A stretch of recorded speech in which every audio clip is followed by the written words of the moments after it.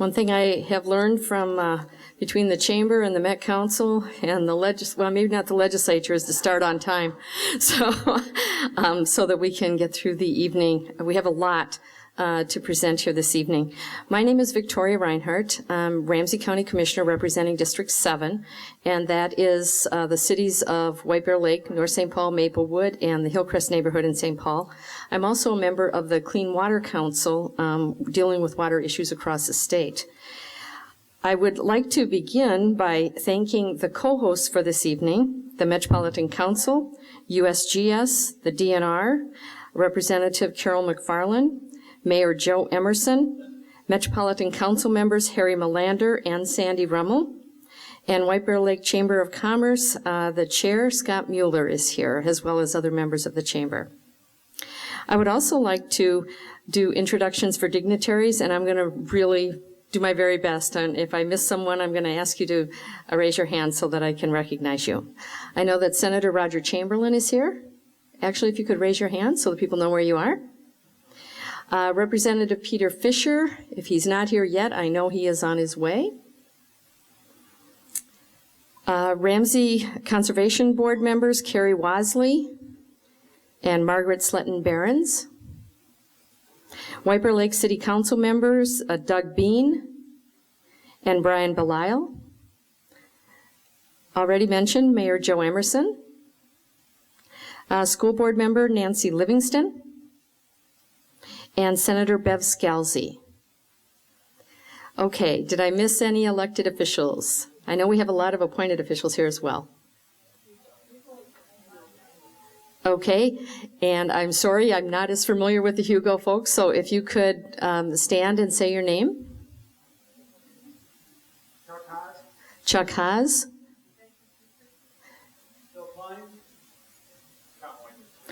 Well, you are really well represented here. Thank you for being here this evening. And Matamidai, if you could do the same. Oh. Any others? Please don't. Yes. Oh, I didn't see Gwen.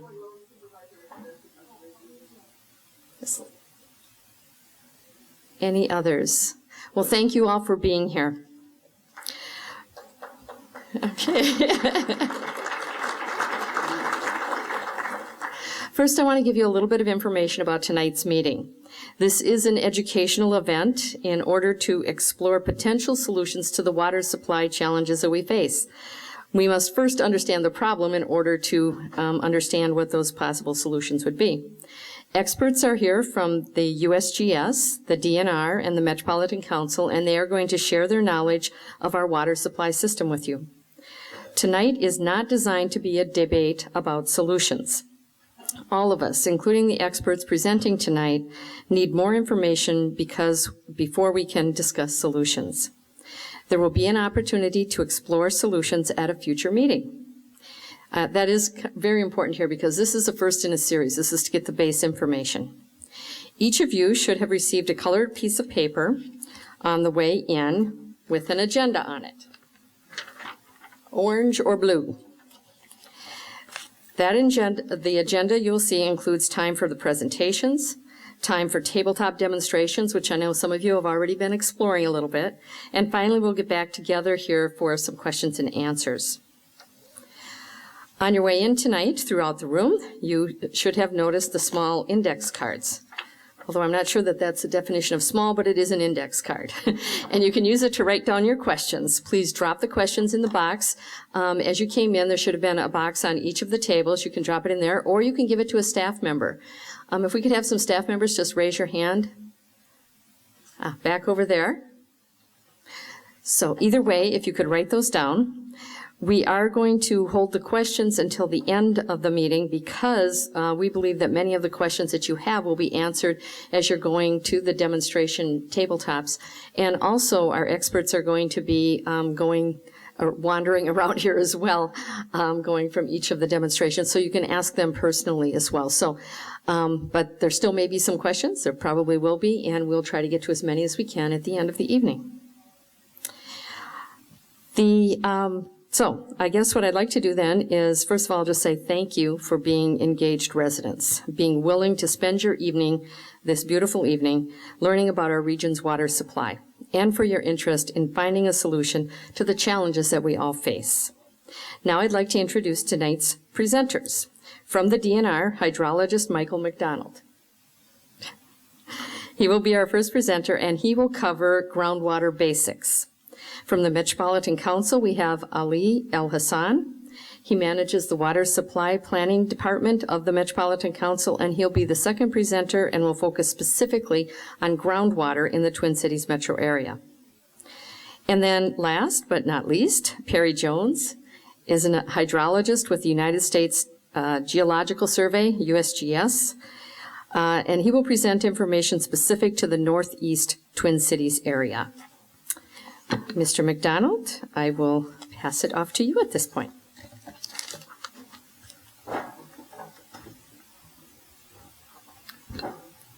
Good evening, everyone. I am a hydrologist with the DNR, and we're going to talk about groundwater basics. Groundwater is our hidden resource, and I want to kind of describe in 20 minutes or less everything you need to know about how water moves underground. So we're going to get started here, this way. There we go. First off, what is groundwater? Groundwater is water that's under the ground. It's as simple as that. It is not puddles sitting on top of the ground. It is not the moist soil you get when you dig in your garden. It's deeper than that. It's where the soils are really saturated, where the rock is really saturated. And the only way we can really get it out is with pumps like this. But before we talk more about groundwater, whoops, wrong way. I want to talk about surface water. Why? Because we understand surface water.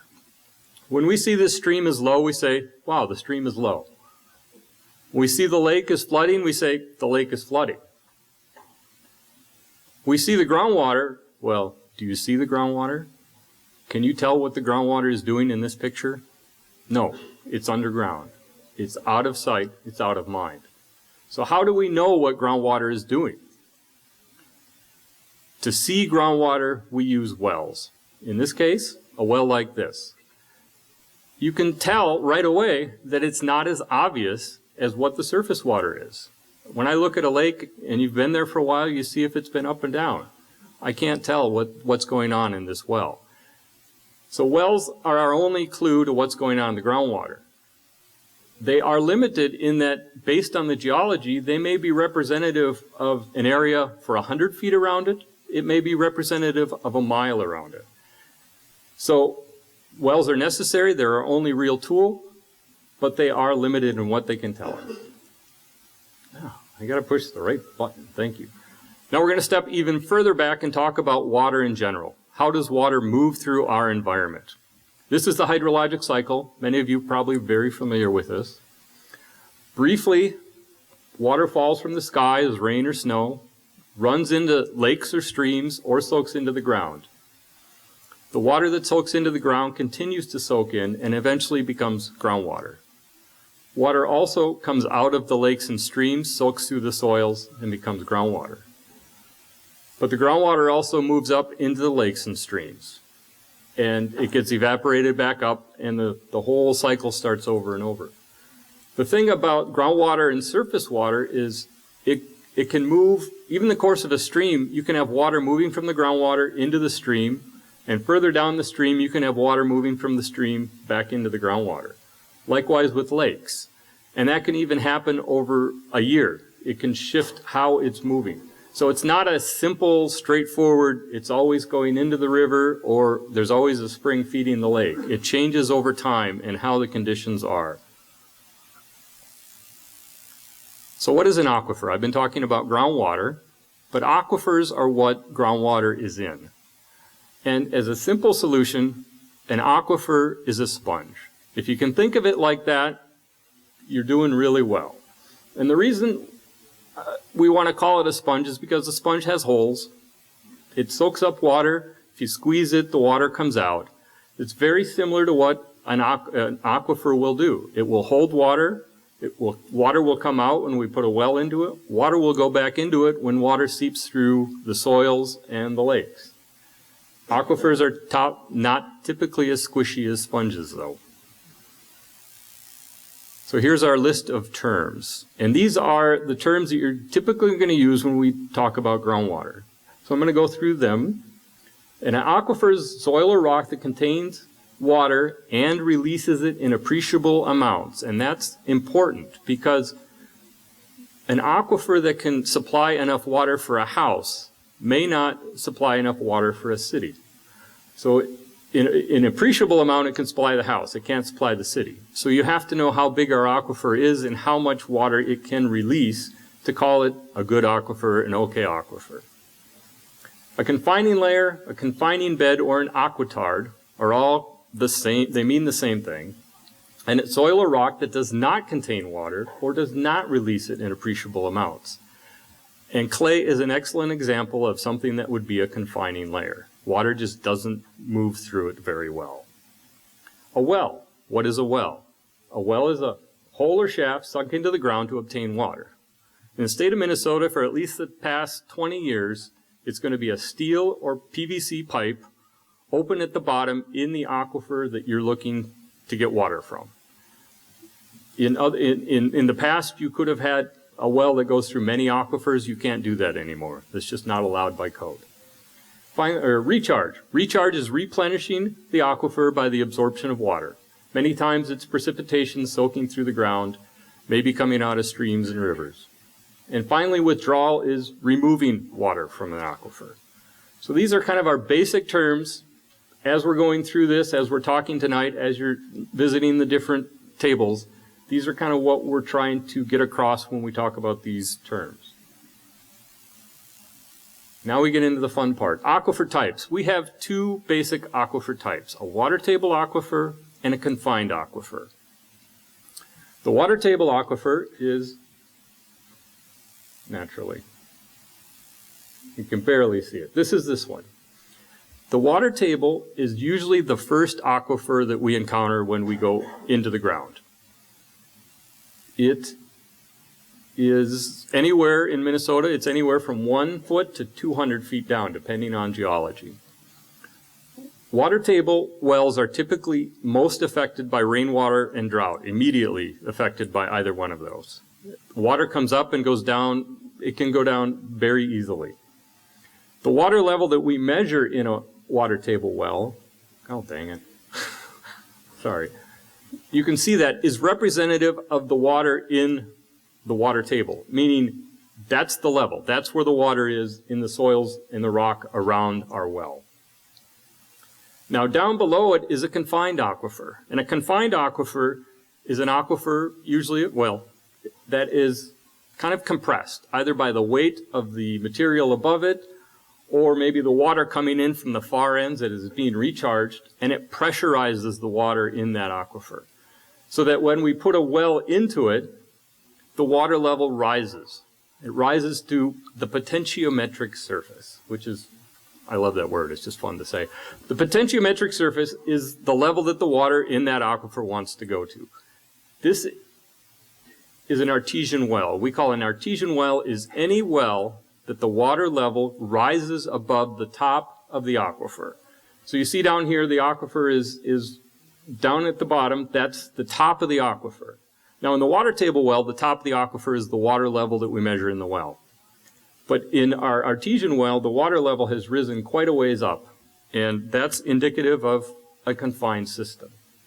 Now, you look over here to our flowing artesian well, and a flowing artesian well is where the well is constructed in the confined aquifer, but the pipe doesn't go all the way up to that potentiometric surface.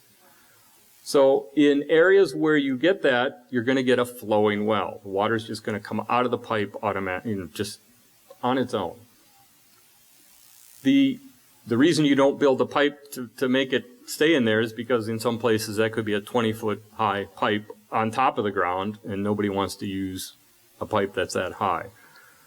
Flowing artesian wells are not common in Minnesota, but they're not uncommon in Minnesota.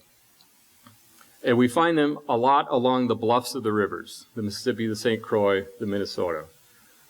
So these are our two aquifer types.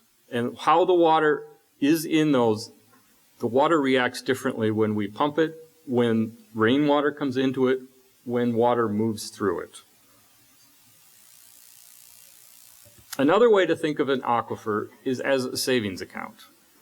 You have your balance in your bank account, which would be similar to the water level that we measure in the aquifer. The aquifer can store a certain amount of water. Withdrawals are just pumping what we take out of the aquifer. Recharge would be like an income, a savings deposit. You put money into the account. We can know pretty well what the withdrawals are if we can measure the pumping. And we at the DNR, for big wells, we get that data from the people that pump the wells every year. The recharge is harder because we have to know what the rainfall is in the area. We have to know how much it soaks through the ground. We have to know how fast it goes through the ground. And then you've got some other competing problems like water. The groundwater is going to move through the aquifer on its own. So it's coming from here and going to there. So there's a few more things going in. And the recharge, as I said, is a little harder for us to measure. And we're working on trying to develop ways to better understand that so we know what the balance is, how things are moving throughout the aquifer. One other thing to remember about groundwater is that it's water. It flows downhill. Simple as that. Now this diagram, again, has got a lot going on, but it's a good one because you can see how our water kind of moves through the aquifer systems. I've been talking about the recharge. I'm going to see if I can get this to work. There we go. Okay. Well, Jeremy, is that you? Okay. So water, say rain comes down and falls over near the stream. And in a couple of days, it might move through the water table aquifer and get into that stream. Or it might take a couple of years. Likewise over here, it might come out in a couple of days in that pump well. It might take a couple of years. In the center there, if the water falls kind of there, and it makes its way down through the water table aquifer, through the confining layer, into that deeper, the first confined aquifer. And then it can move through there, and that could take centuries to get there. And then maybe it continues to move downward and goes into that deepest confined layer. And that can take millennia. In the Mount Simon Aquifer, here in the Twin Cities areas, we have measured the age of the water from 10 to 30,000 years old. So it takes a long time to get down there. Now, what happens when we pump these? This is an example of the two different well types. And when we pump the water table well, and we've got one there and one on the other side of the stream, the water's going to go into the well. Because what happens when we pump is the pump basically draws the water down because it's taking it out. And the water level drops. So the water is going to want to flow downhill. So at this point, the pump is the lowest point and it flows downhill. So if it's coming from that way, it's going that way, it's going to the pump, but it's no longer going to the stream. So if the pump was not pumping, the water in the water table well would probably go past it and into the stream. Likewise, on that other one, on the far edge, when that's pumping, that may be drawing water from the stream. And that's just the properties of the water moving through a system. Now down below in our confined aquifer, kind of the same thing is happening. It's collecting water, capturing water that's coming and going that direction, but it's also starting to pull water back. The gradient flow, the natural flow would be to that direction. But with the pump going, the water's going to come back. Also, you can see it's coming down through the water table aquifer, through our confining layer, our aquitard, and into the confined system. So that may not be happening if that pump was not pumping. Or it may be happening much slower than it is. So we're influencing the way the water's moving under the ground.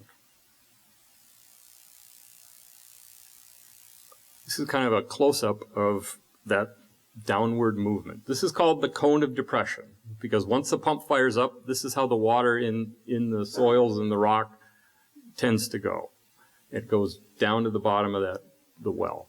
Now, in this situation, the dotted line would be what we call the static water level. If nothing was going on, there was no pumping going on, that's where the water would be. And in that case, the domestic well would be in the water. And if they pumped, they probably wouldn't affect the system that great, and they'd continue to have water. That's why they put the well there. Now, in this case, somebody came in with a high volume pumping well, an irrigation well, a municipal well, an industrial well, and they're pumping a lot more water out. Okay, but they've drawn the whole water level down. And it's now drawn down so far that the domestic well is out of water. In situations like this, the person that has the high volume pumping well is responsible for making sure that that domestic homeowner, that domestic well, has drinking water. So they could drill them a new well. They could lower the pump in the well if it were necessary. They could hook them up to city water. There's a number of things they could do, but they are responsible for making sure that that domestic well has water. Because in the state of Minnesota, everyone has can take groundwater. It's a shared resource and everyone has access to it. But we also have a series of priorities on what is the most important aspect. You know, who is the most important user of our groundwater? And the domestic use is our most important use. Whether it's an individual private homeowner's well, if it's a municipal well, the water that's going to the households for drinking water and basic use is the most important priority. So, there it is. Groundwater basics. Everything you need to know, right? If you remember a couple of things, groundwater flows downhill just like regular water. We have two types of aquifer systems, a water table and a confined, and they both react differently when we pump them. If you think of aquifers as a sponge, you get the basic feel for how water is going to move through that aquifer. And I had one other point. The bank balance, that's it. Remember, as we can take water out, we can put water in, we can keep water there. The bank balance is just a general good idea of how the systems work. So now, I have 5 minutes to go through Minnesota groundwater. We've been talking in general, and we're going to focus later, the other speakers are going to focus in on the metro area and then on this area in specific. But across the state of Minnesota, we have 6 groundwater provinces. And those provinces are determined by geology, basically. What are the soils there? What is the bedrock there? And throughout central and southern, southeastern Minnesota, the aquifer, the bedrock especially, the bedrock aquifers are pretty much the same. And Ali will be talking a bit about that. So I'm going to jump us over to the west side of the state, the western province. Goes from Canada to Iowa, right along the Dakota borders. The groundwater here, the bedrock in this area, just not conducive to having aquifers at all. You might get a little bit of water out of them, but it's really not very good, and people don't typically use it. The aquifers that are available are in these soils above it, and they're limited, they're small, and they're isolated. As an example, these are the major aquifers near Moorhead, the blue blobs there. You'll notice they aren't connected. They're long and narrow, they're relatively deep, but they're still limited. The city of Moorhead used to get their water out of the Buffalo Aquifer, which is the one closest to Moorhead there. They noticed as they were pumping that the levels were going down, and in some places and sometimes rather dramatically. And they knew that if they continued to pump, that they could run that aquifer dry, and then they would be out of water completely. So they shifted, and they have now gotten some of their water from the Red River. And they use the Red River and the Buffalo Aquifer in combination to ensure that they have a water supply. Moorhead is lucky because it has that surface water source. Other cities in western Minnesota and southwestern Minnesota don't have that option. So they have to go further afield to get water. They may have to buy it from a neighbor. They may have to use water that's not as good a quality. So that's part of when we talk about aquifer systems and solutions and problems, we can't think of one solution fits all across the state because our groundwater provinces are so different, and the abilities and the problems in them are different. And so we have to kind of focus on what is there, what we can do, and individualize solutions for those particular areas. So here's a true flowing artesian well, and if all our water came out that way, it'd be a lot easier to get our water. Thank you very much.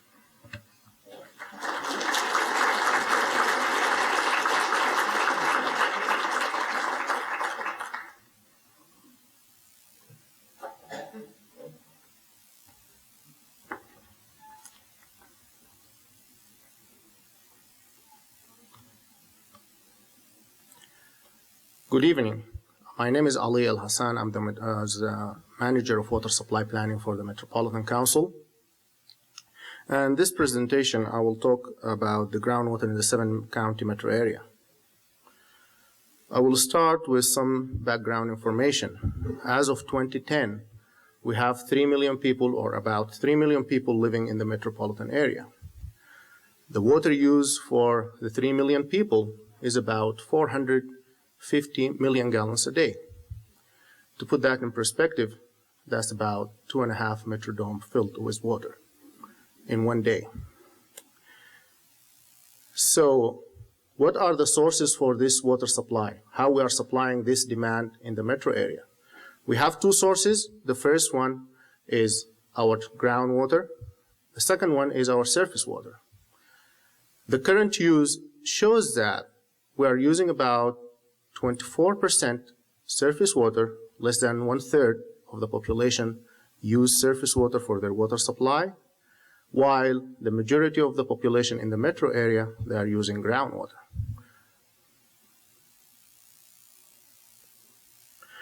So this shift or this current use reflects a shift in the balance between surface water and groundwater over the years in the metro area. This diagram in front of you, this graph, shows the ratio of surface water used to groundwater in the metro area. The green is surface water, the blue is groundwater. Somewhere at the end of the 70s, beginning of the 80s, we started using more surface water, more groundwater, rather than using the surface water. And the reason for that, earlier we started developing in the core cities, St. Paul and Minneapolis, very close to the Mississippi River.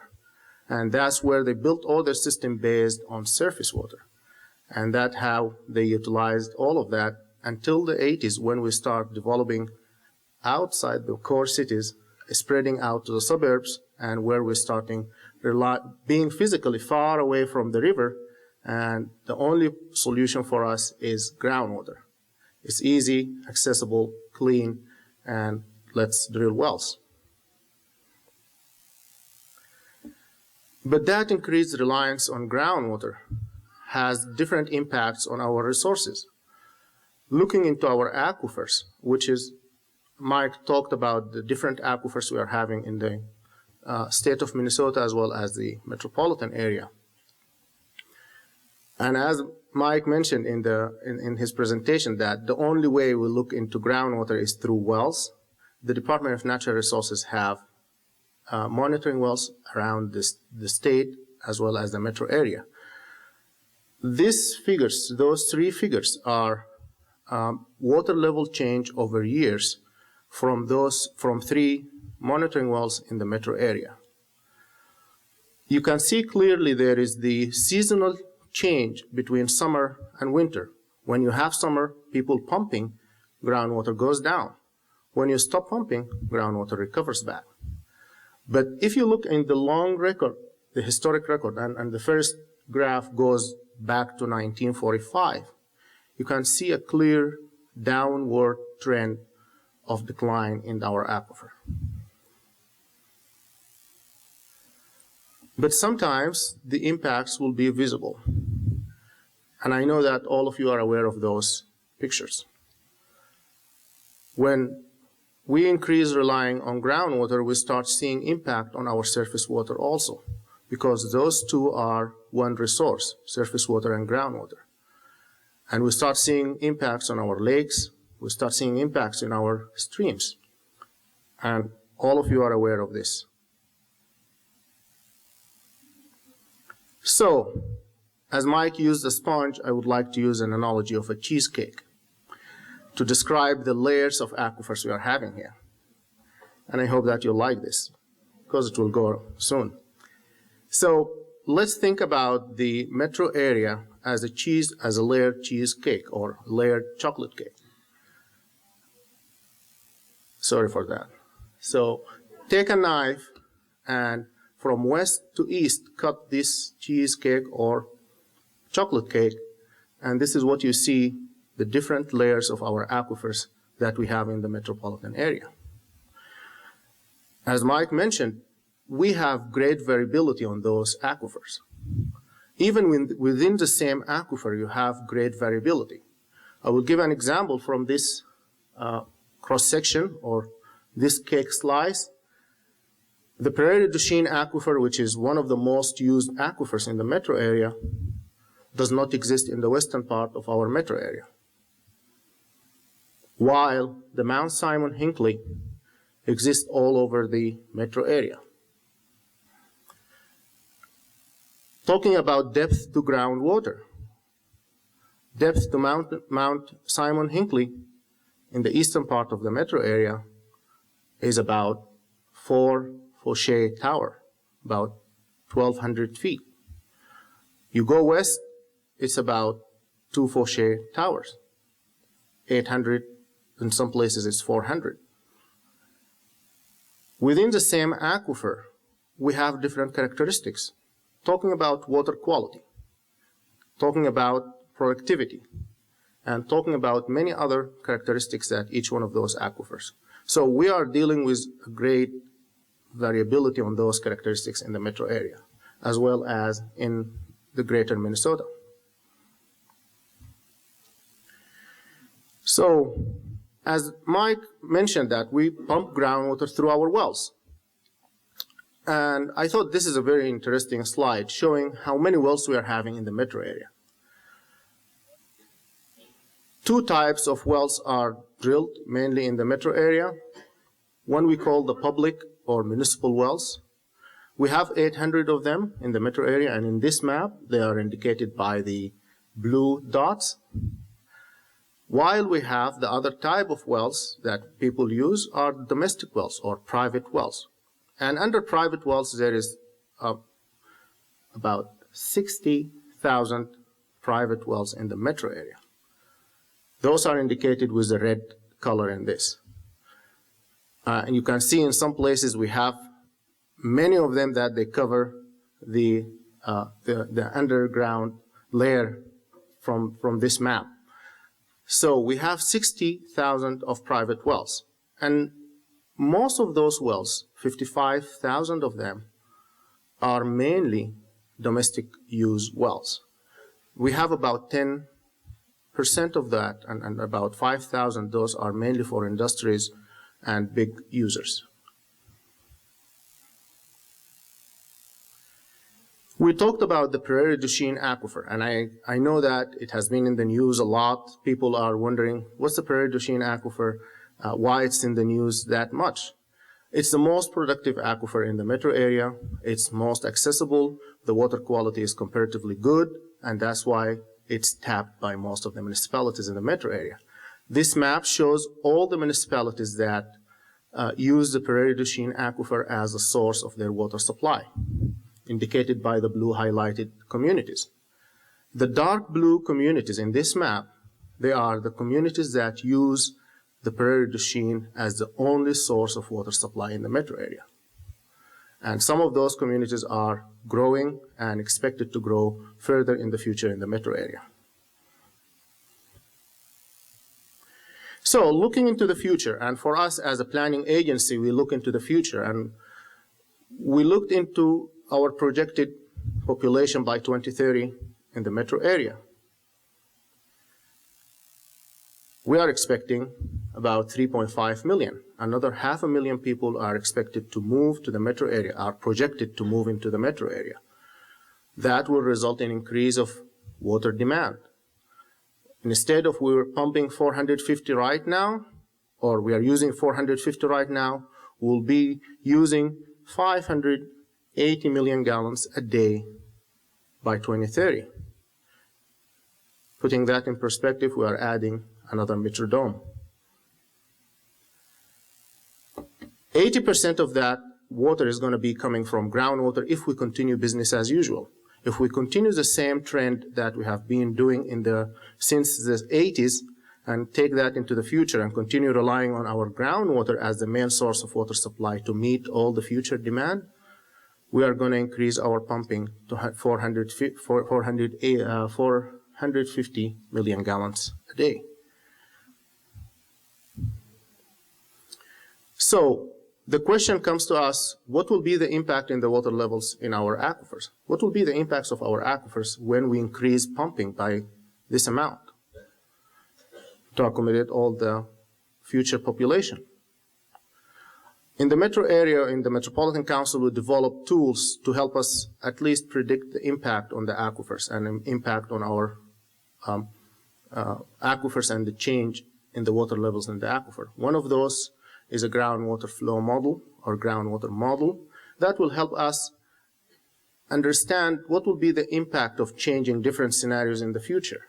What will be, as example, the impact of those 500,000 people moving into the metro area and relying on groundwater.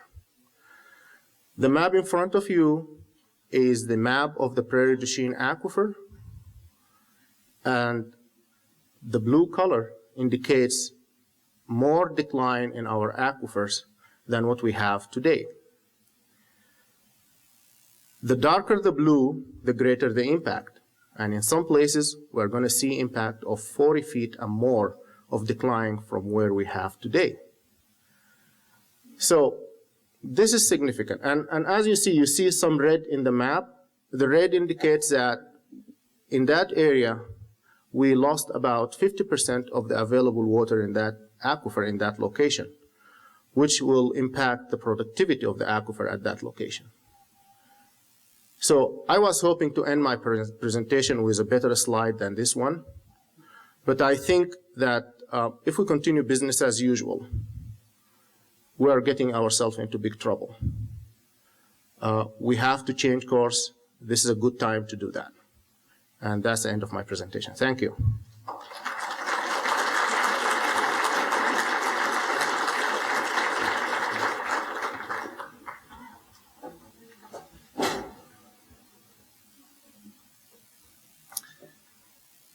Hello, my name is Perry Jones. I'm a hydrologist. I work for the U.S. Geological Survey, and I'll present today some of the groundwater issues with the Northeast metro area.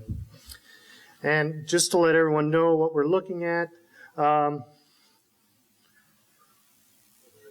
it doesn't work so well. That's why I brought another one.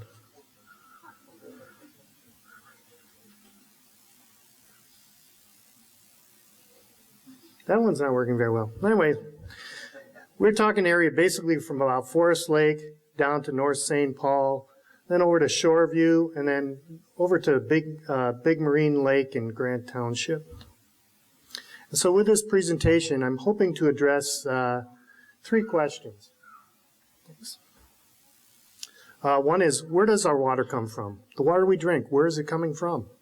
And then, where does the groundwater or the well water we pump come from? And then finally, why do we see in some lakes in the Northeast Metro, we see the water levels low, while in other lakes, they're high, and we don't see any impact?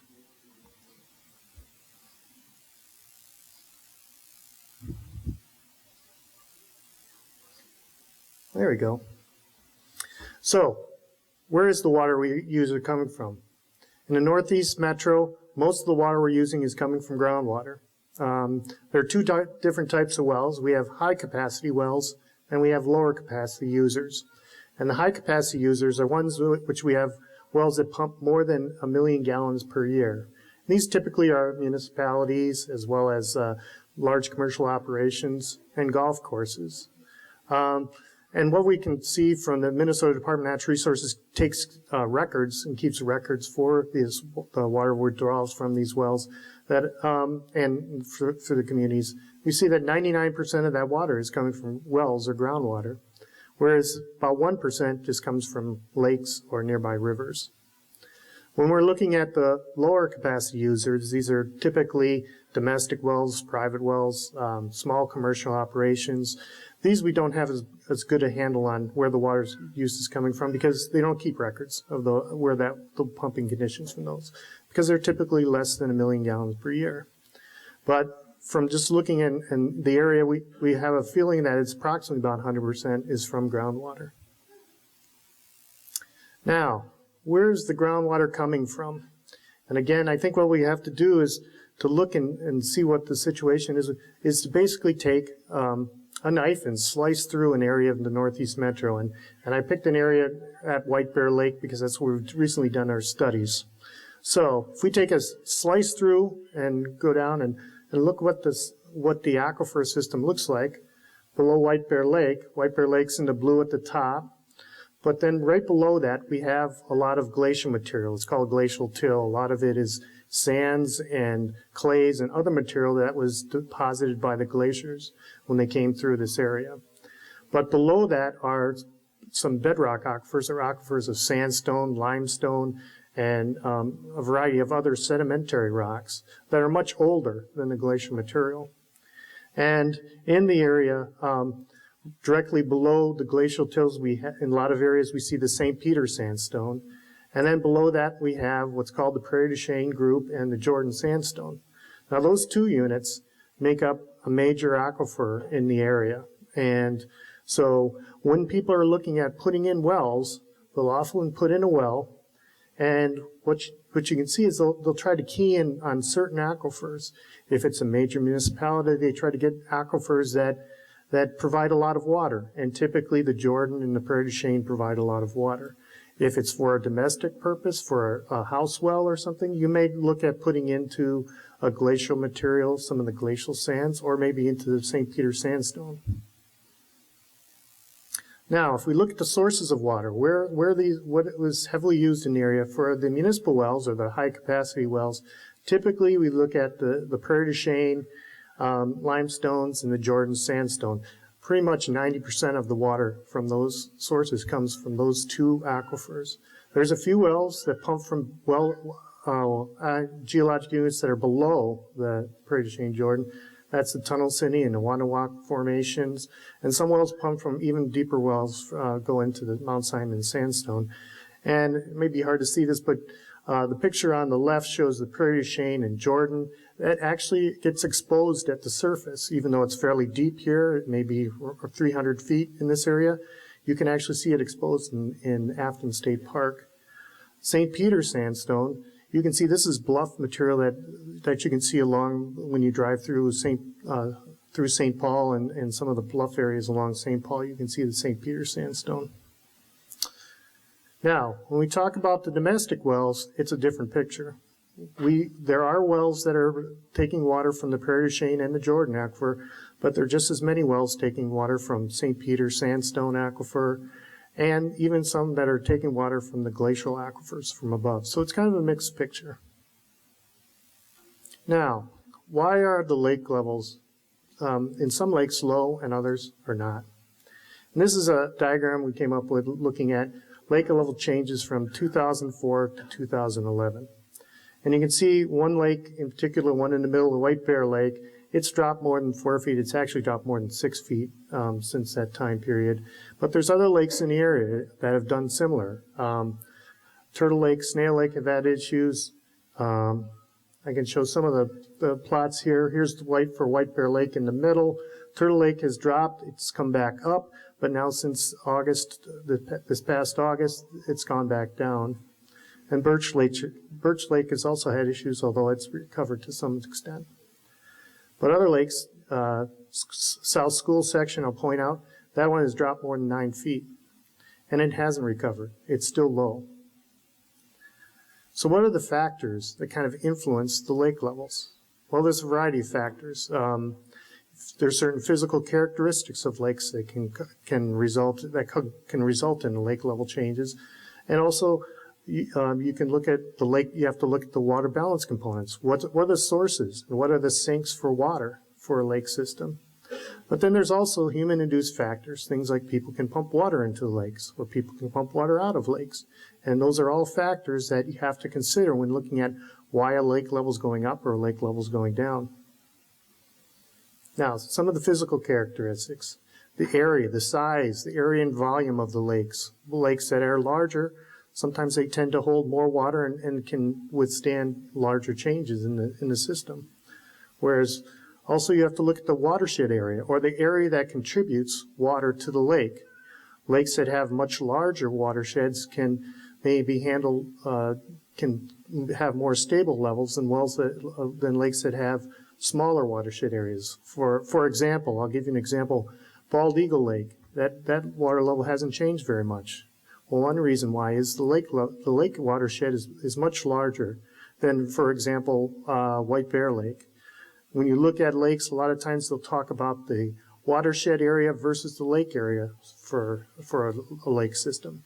For Bald Eagle Lake, the watershed area to lake area ratio is about 10-1, whereas White Bear, it's only 2-1.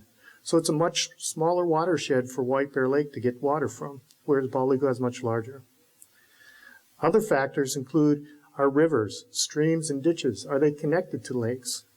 Because the lakes that have those can also withstand, can keep more stable water levels.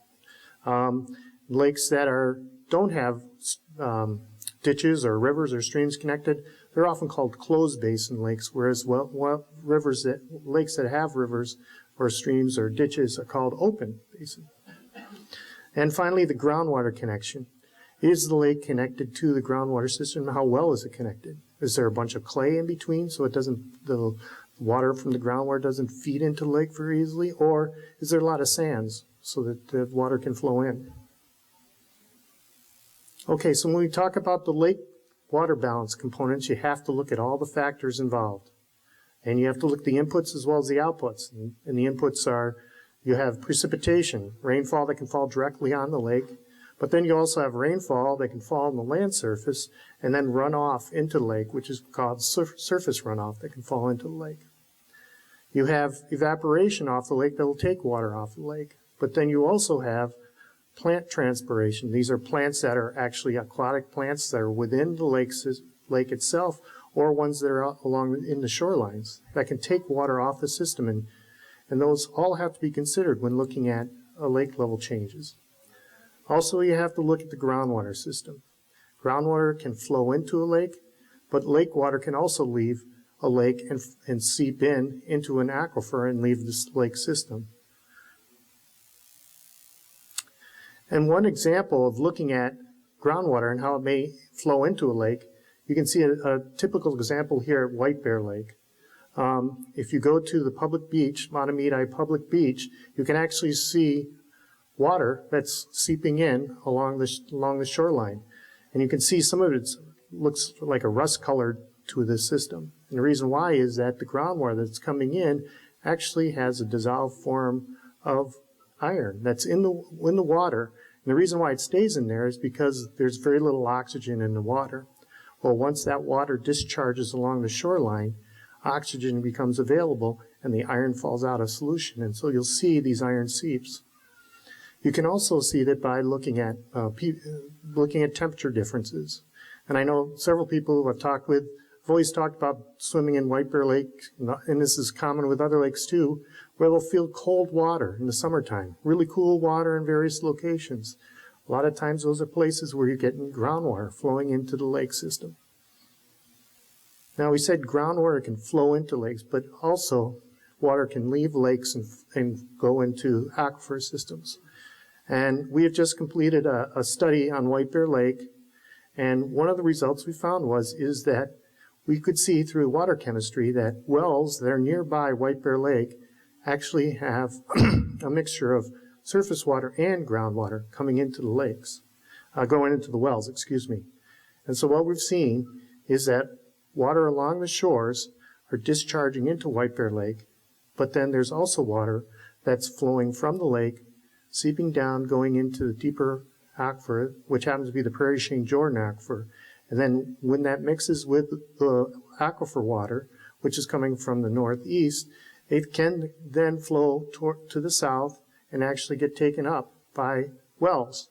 And when those wells take in that water, we're seeing from the chemistry signature in the well water that it's a mixture of water, of surface water and groundwater. Why this is important is that pumping in the area since 1980 has doubled, and so we are increasing the amount of water we're taking from the aquifer. And some of this flow is natural, so you'll get a natural flow that may be coming down from the lake into the aquifer. But when we stress the aquifer, we're pulling out more water, we're dropping the water levels, we're increasing the amount of water that may be leaving the lake. So these are factors we all have to consider when we're looking at the lake level change. And I'd like to thank you all, and if you have any questions, I will be around.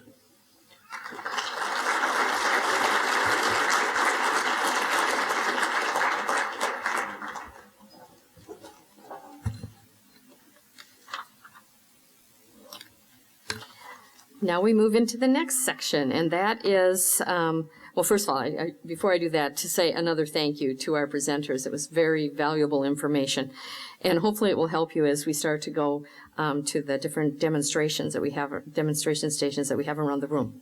So now for how we do this. First of all, you should know that the stations that are, sorry about that. The stations that are on both sides of the room are substantially the same. We tried to make sure that we could get people to each of these stations, so you don't have to feel like you have to go from one side of the room to the other. In fact, we're asking that you not do that. Let's see here. There will be an expert that will provide the demonstration, and our suggestion is that you consider staying at each of the stations. Apparently I picked the right one because she's holding up the orange one over there. That you spend 6 to 12 minutes at each of the stations, and that should give you enough time to go to probably all of them, depending on if you go closer to the 6 or the 12 minutes.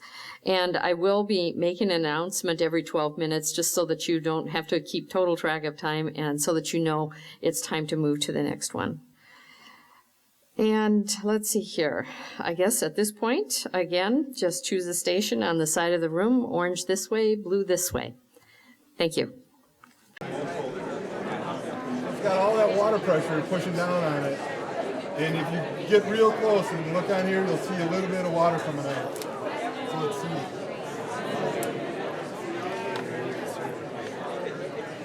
Wait till it gets, do you see it bubbling out of there? It's coming out of the well. So that pressure is pushing the water out of the well. Well, this is a model of a watershed. And a watershed is an area of land where all the rainwater or snow melt runs into one river, lake, or stream. And we use this model to help demonstrate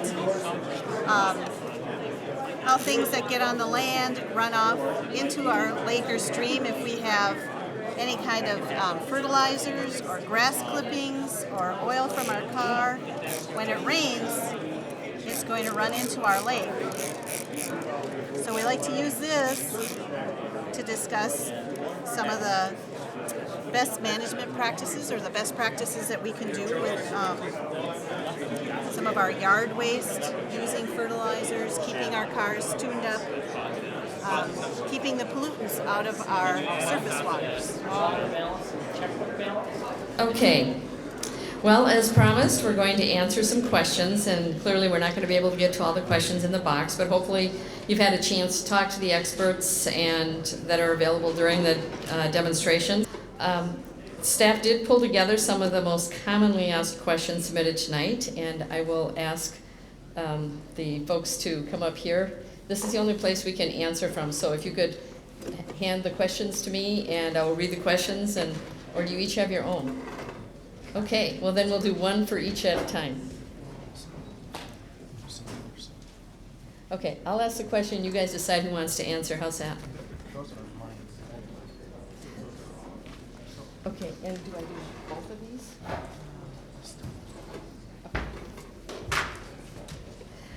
Okay, to decrease water usage or encourage more efficient use, why not raise water usage rates?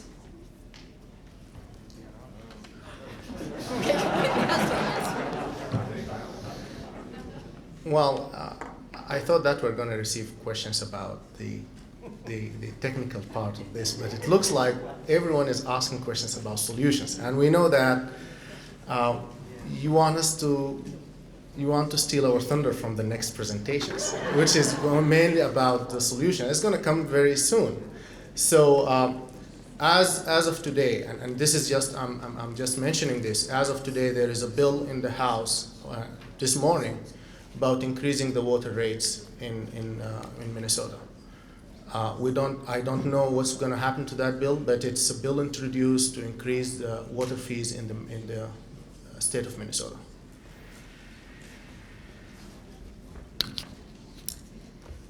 Mike, what is the history of the wells that used to pump water into the lake? Ramsey County Beach, Mataska Beach. The old lake augmentation wells, those particular ones included, a number of them we were able to convert over to observation wells for the DNR's observation well network. And the reason we like those is because they're very deep, and we didn't have to drill them and pay to drill them, but they were still available to us. So a number of them were sealed over the years. I know in Hennepin County they sealed a lot of them in the 80s. But the ones that we were able to get into our network, we were able to keep and continue to measure water levels from. So it's a combination of they've either been sealed or they've been converted over to an observation well. This one is for Perry. What municipalities' wells showed White Bear Lake water in them? What municipalities' wells have the most effect on the water level of White Bear Lake? Oh, they gave me the good one. Hey, well, first of all, the wells that we found had, first of all, there were wells in the Prairie du Chien Jordan, as well as there were some wells that were in the glacial aquifer between White Bear and Bald Eagle that showed a surface water component. And when we looked at the data, we also looked at the water levels, which way the directions the water was flowing in the glacial aquifers as well as the Prairie du Chien Jordan aquifer. And what we saw is that the wells that were to the south and down gradient of White Bear Lake were the ones where we saw the greatest contribution of surface water. And that was in that Prairie du Chien Jordan aquifer. And like I mentioned before, the glacial aquifers, where we saw the signature of surface water was mostly between wells that were located between Bald Eagle and White Bear. So I wish I had a diagram to show you, but basically there's different flow patterns in the groundwater system relative to what aquifer you're looking at in the White Bear Lake area.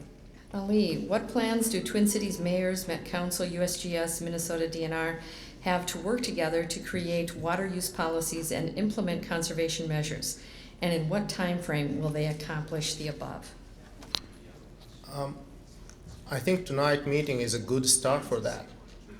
We have been working in the Metropolitan Council with all the agencies, and actually this workshop is a result of hard work from so many individuals in the communities as well as agencies in the area, all the way to the state and the federal level, USGS, DNR, us in this Metropolitan Council, in addition to the locals who are been working very hard in. I was really impressed with the concerned citizens who started all of this work together, putting together the first group to tackle the problem of the lake, and then looking beyond that into what are the conservation measures and all of that. Just to let you know, there is a group right now working, which is the Lake Resolution Committee, and that's part of that work is conservation. And truly, there is no time to start conservation. We need to start it yesterday. So I think many of the municipalities are aware of that. Many of the municipalities are starting conservation programs. I understand White Bear Lake, City of White Bear Lake, they have implemented water conservation programs for the last 5-10 years, and that's starting. They started to see some improvement in the water use in the area.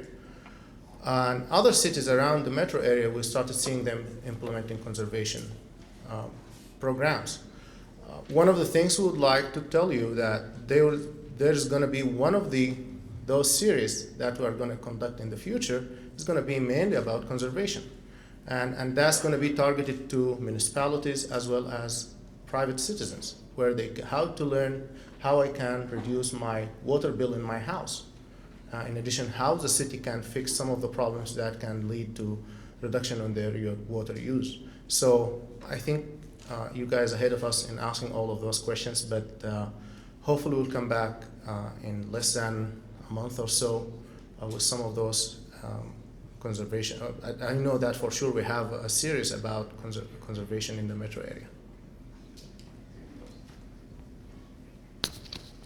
And I do know that Ali mentioned the Lake Resolution Committee for the White Bear Lake Conservation District Board. And I know that we have several members of that Lake Resolution Committee in the audience here. And that it's my understanding that they have or are soon to be making recommendations for conservation, some short-term, interim, and longer-term. Of course, conservation is a part of all of that. And that should be coming relatively soon. For Mike, where and when will the DNR report aquifer levels? Well, currently, the DNR has a website with all of our observation well data. And we have 800 wells around the state that we collect water levels from. And we have approximately 150 in the metro area of various aquifers. And that is available, those levels are available on our website. The work that we've been doing, if you looked at the map over here in conjunction or in continuation of what Perry worked on, is a report that's going to be worked on, and we don't have any of it available now because we're just still continuing to collect data, but I'm hoping we get a report out on kind of what we found on the water levels that we've been measuring in our mass measurements, our synoptics.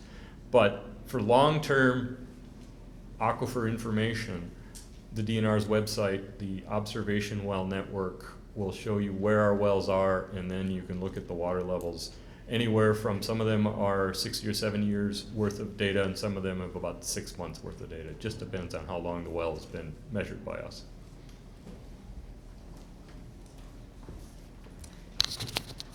For Perry, if the water in White Bear Lake is seeping into the aquifer, what impact does that have on the water quality of the aquifer? Well, it all depends on how much water is entering the aquifer, how much water is present in the aquifer. It's sometimes dilution is the solution, they say. Sometimes you get enough water in the aquifer that's present so that when lake water is seeping through, that you don't notice a difference in the water quality. But it can be significant. It just depends on how much water is seeping in and how much of a difference there is in the chemistry that's the lake water versus what's in the aquifer itself.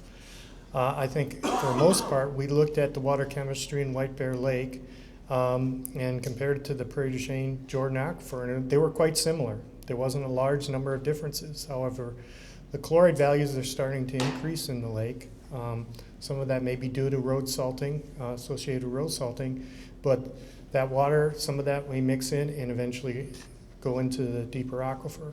But as you have to look at the system, you have to look at how much water is actually seeping into the aquifer, how much water is presently in the aquifer, and it all becomes a balance to see what the system looks like.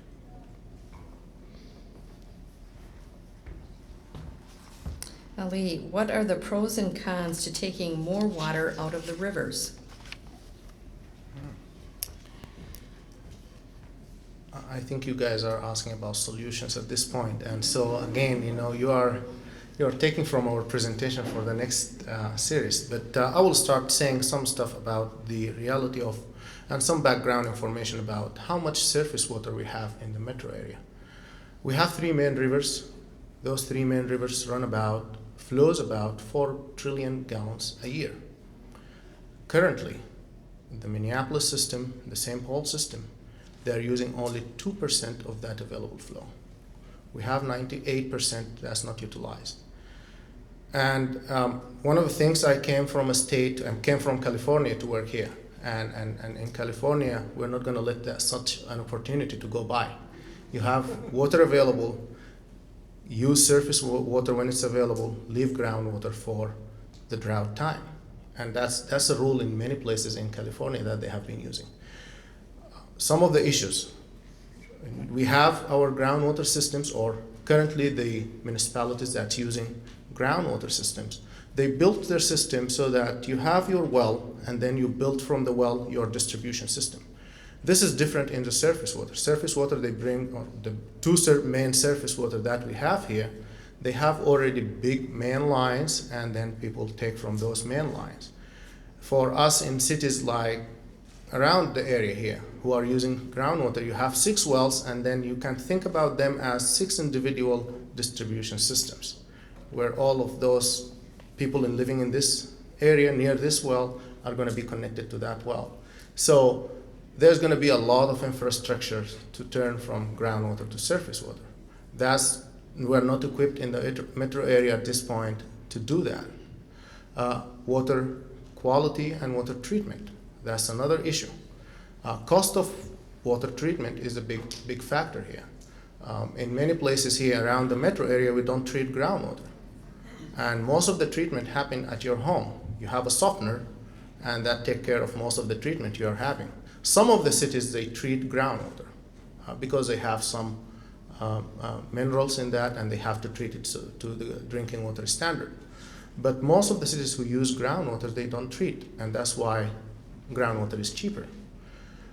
Infrastructure-wise, also for surface water, if you want to expand it for long distances, you have to tap into the rivers, and it's just going to be extra cost. So, in general, one of the biggest issues we are dealing with is cost. And I think that's what prevents a lot of the communities of taking surface water.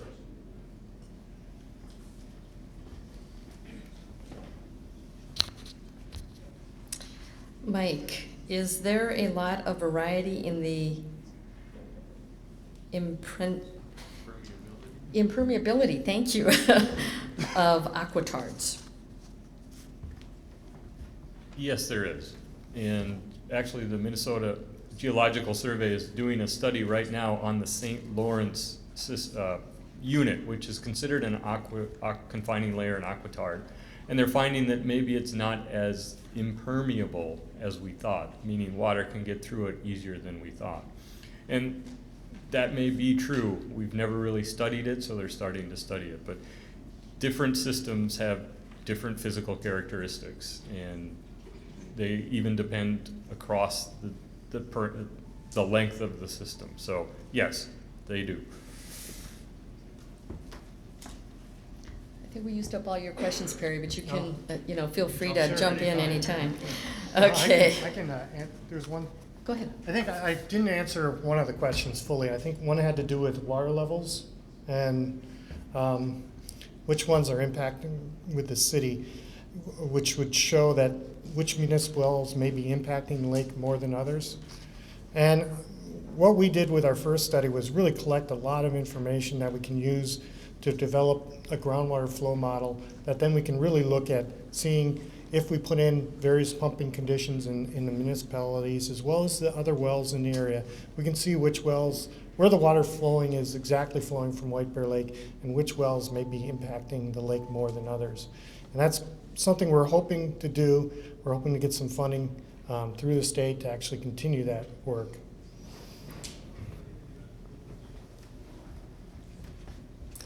Okay, the next question is for Ali, and I think you're going to see a common theme here is that the folks in this room really are looking for solutions. And I do want to point out that the folks coming here tonight, some had a lot of information and some had very little, and we wanted to give a base. As I said at the very beginning, we wanted to give a base of education to figure out, okay, now that you've got that, what are the possible solutions? They are being worked on. I just want to assure you of that. We have things going on at the Lake Resolution Committee, within the community, within the Chamber of Commerce. I know that they are looking at getting businesses involved, but we will be coming back and trying to really vet those things as well so that we can get us to the next step. So, with all the complex components involved with water levels, is there a starting point with how to resolve the issues of water shortage? And in conjunction with that, have other states run into this problem? And if so, have their solutions to this problem been examined as to their use towards solutions for Minnesota?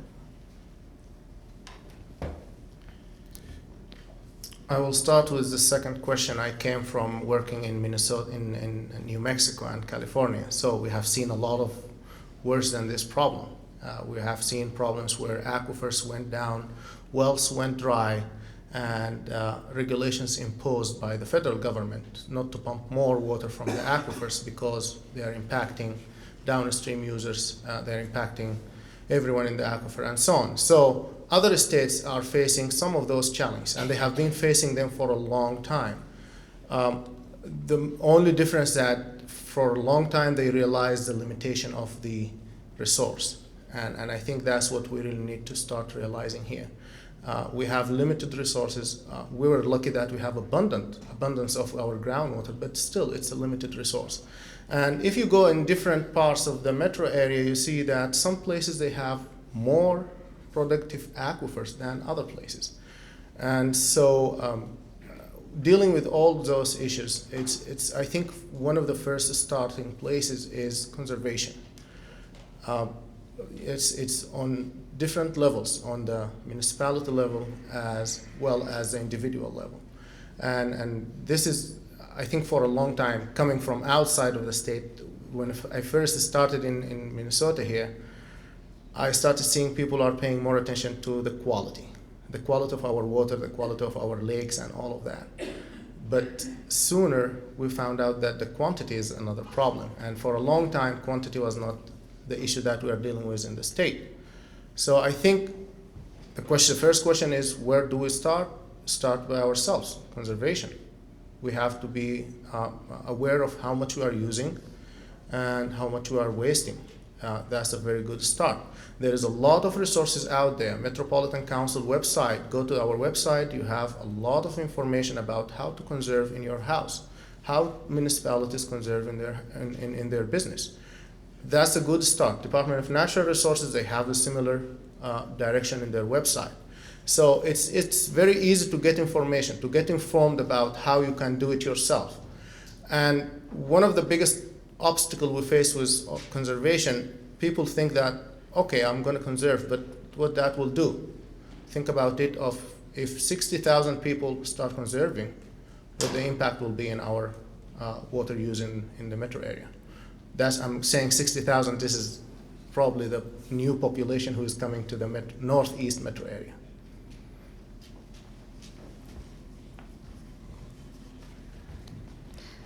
Mike, if you could please speak to the impact, if any, of use of geothermal heating and cooling. On the aquifer systems, water quality, water levels, it really doesn't make much of an impact because a lot of the geothermal systems that are being installed are what they call closed loop. So it's just kind of antifreeze cycling through the well within the well, and it never gets into the aquifer. So there isn't generally an impact of any type onto the aquifer itself.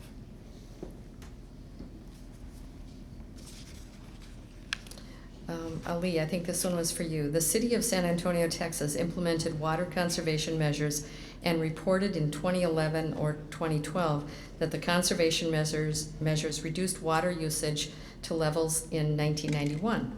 Would you consider researching the San Antonio, Texas model and implementing it here? We'll be more than happy to see how they have done that. We're looking into other cities that have more similarity to like what we have here in the Midwest. Sometimes the cities in the western United States, they have more severe droughts and more severe problems than what we have here, and they have to go into very drastic measures on conservation. But I think there is so many cities around us here in the Midwest who have been implementing very successful conservation programs, even within the state of Minnesota. There is a lot of cities who have been implementing very successful programs, and that can be seen in their water use. We'll be more than happy to look into that and see how they have done that. Minnesota, it's usually the mining of the frack type, the sands that they use to do hydraulic fracking. And we have a sample of it. The Jordan sandstone is what they're mining here. And the impacts to aquifers from the mining activities are just like what you would typically expect from a sand and gravel or any other type of mining activity. But here in Minnesota, nobody is doing hydraulic fracking. Well, we're getting the signals from the back here that we have to wrap this up. And so I would just like to talk a little bit about what is to come. We plan to have 2 more meetings in this series. We're hoping to hold our next meeting in June, and I'm fairly confident, although not totally, that we won't have snow at that time, but we'll do our best, to be added to the Metropolitan Council's email list to get notice of the next event in this series.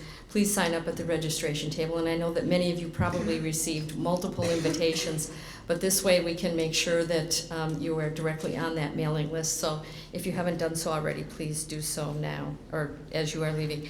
Again, we have allotted a few moments, or a few minutes actually, for the experts to still mingle. If you have other questions, we did not get to all of them, obviously, but did our best. So with that, again, I would like to thank all of you for coming and thank our co-hosts, and have a good evening.